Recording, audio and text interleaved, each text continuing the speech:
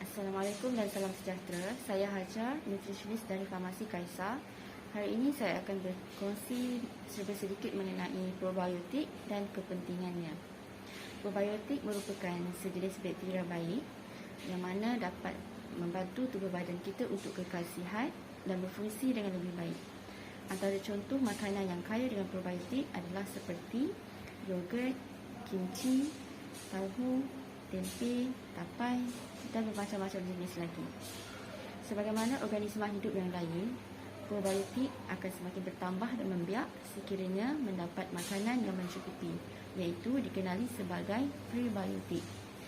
Prebiotik pula merupakan sejenis serat makanan yang tidak dapat dihadam oleh tubuh badan manusia, tetapi akan terus diserap ke saluran usus besar untuk berinteraksi dengan bakteria baik ataupun probiotik itu tadi. Dan antara contoh prebiotik pula adalah seperti pisang, bawang putih, bawang merah, brokoli, asparagus, Arabic gum dan bermacam-macam jenis lagi. Fungsi utama probiotik adalah untuk mengawal ataupun mengekalkan keseimbangan di antara bakteria baik dan juga bakteria jahat.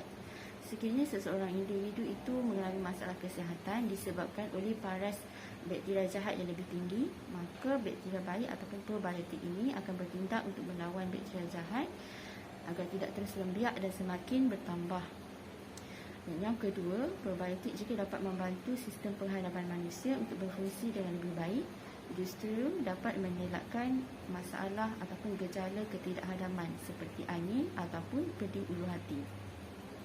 Yang ketiga, sekiranya seseorang individu itu memakan makanan yang tercemar dan mengandungi bakteria jahat, maka bakteria baik ini akan bertindak untuk melindungi sel-sel pada dinding usus daripada serangan bakteria jahat, supaya bakteria jahat ini tidak akan dapat masuk ke dalam saluran darah, yang mana boleh menyebabkan jangkitan kuman pada saluran darah dan boleh menyebabkan berbagai implikasi yang lebih serius. Yang keempat, mungkin ramai yang tidak mengetahui bahawa probiotik ini juga sebenarnya mampu untuk menyokong sistem imuniti badan kita untuk berfungsi dengan lebih baik.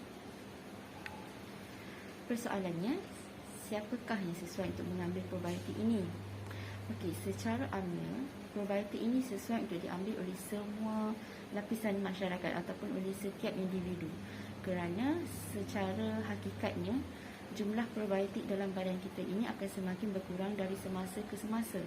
Oleh itu amatlah penting untuk kita mengambil tambahan probiotik dalam diet harian kita.